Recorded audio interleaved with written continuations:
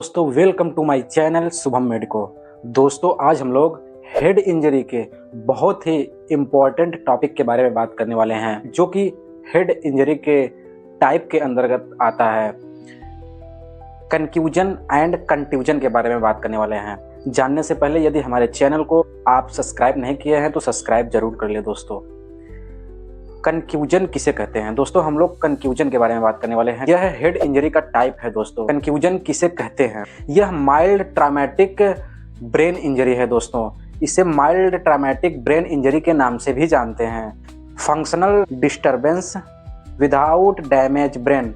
दोस्तों यदि सर पे चोट लगता है, सर के नीचे वाले भाग में टिश्यू में कोई भी डैमेज नहीं होता है, थोड़ा सा फिजियोलॉजिकल चेंजेज आ जाता है, तो उसे कंफ्यूजन कहते हैं। दोस्तों कंफ्यूजन हेड इंजरी में जो होता है, इसमें टिश्यू का इंजरी नहीं होता है। दोस्तों non visible bleeding on imaging. दोस्तों यदि हम लोग सीटी स्कैन एमआरआई कराएंगे तो इसमें ब्लीडिंग नहीं दिखेगा, इंटरनल ब्लीडिंग नहीं दिखेगा। जैसे चोट लगता है, टिश्यू में नुकसान पहुंचता है, टिश्यू इंजर्ड होती है जिसके कारण से ब्लीडिंग होता है, बट इसमें कंफ्यूजन डिजीज में ओनली फिजियोलॉजिकल चेंजेज होते हैं, ब्लीडिंग देखने को नहीं मिलता है। दोस्तों लॉस ऑफ कॉन्शियसनेस में और नॉट कॉन्शियसनेस। दोस्तों चोट लगने पर यह कुछ टाइम के लिए कॉन्शियस भी हो सकते हैं और नहीं भी हो सकते हैं। इसका डायग्नोसिस कैसे करेंगे? दोस्तों सीटी स्कैन कराएंगे तो उसमें नॉर्मली दिखाई देगा, कोई भी टिश्यू का डैमेज नहीं दिखाई देगा। दोस्तों अब हम लोग कंफ्यूजन के बारे में बात करने वाले हैं। कंफ्यूजन यह भी हेड इंजरी का टाइप है।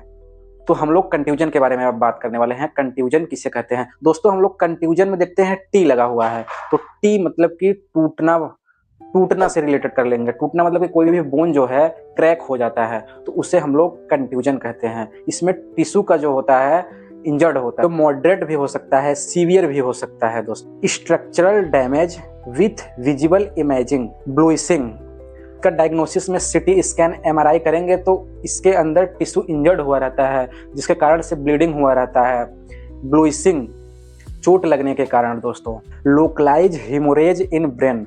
दोस्तों हिमोरेज मतलब क्या होता है? यदि टिश्यू इंजर्ड होगा, चोट लगेगा, किसी भी कारण से इंजर्ड होगा ब्रेन में, तो हिमोरेज होगा, इंटरनल ब्लीडिंग होगा। दोस्तों can lead to raised ICP.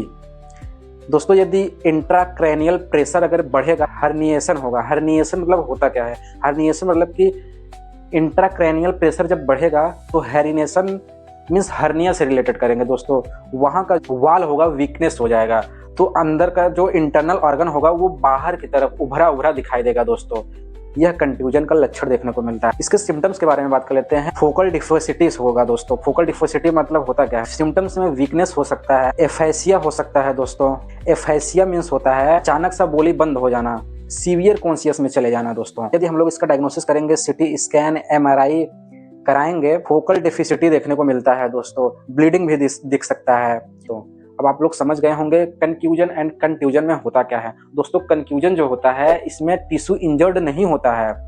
Confusion जो होता है कुछ समय में ऑटोमेटिक सही हो जाता है। दोस्तों कुछ टाइम के बाद ऑटोमेटिक यह सही हो जाता है। कंफ्यूजन जो होता है लॉन्ग समय तक चलता रहता है। कंफ्यूजन डिजीज जो होता है, कंफ्यूजन इंजरी जो होता है बहुत समय तक बना हुआ रहता है।